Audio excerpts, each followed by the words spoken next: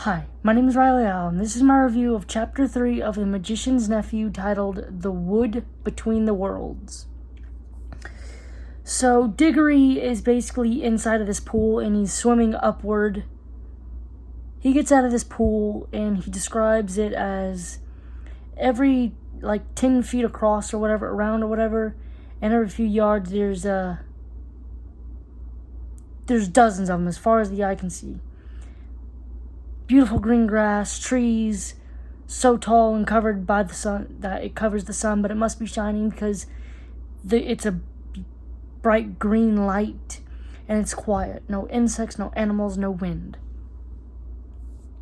And he doesn't remember shit. If you were to ask him how long he'd been there, he'd say, "Oh, I don't know, probably a long time." He ends up finding Polly closed up against the tree. And he starts speaking with her, and she doesn't know shit either. Eventually, though, it comes back to them like a snap once they see their rings. It's like, "Oh, Mr. Kedley, Uncle Andrew, that fucker. So, they eventually plan to go home, but then Diggory gets into his head that we should investigate the other pools. Polly doesn't really want to, but I guess Diggory was convincing, and he convinces her. But she convinces him that they should go home first to make sure that the rings work. So they go take the green ones and go home.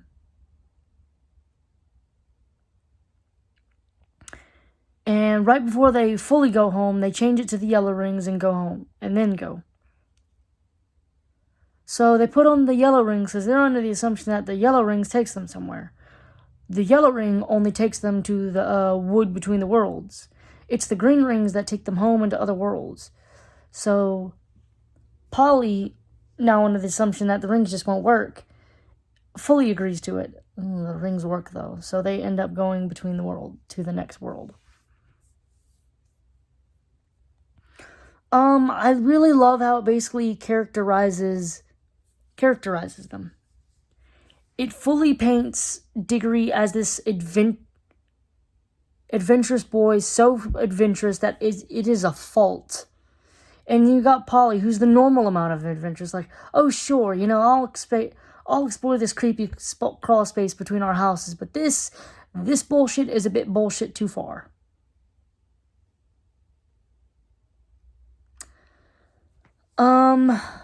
I also love that they both agree to just leave the guinea pig here because it'll be better. It's got grass. Guinea pigs eat grass, and it's better than, just letting it be tortured by Uncle Andrew and whatever. So the next chapter is them gonna be in the next world, obviously. I expect that Polly's going to have a freak out because, mind you, she was expecting this not to work.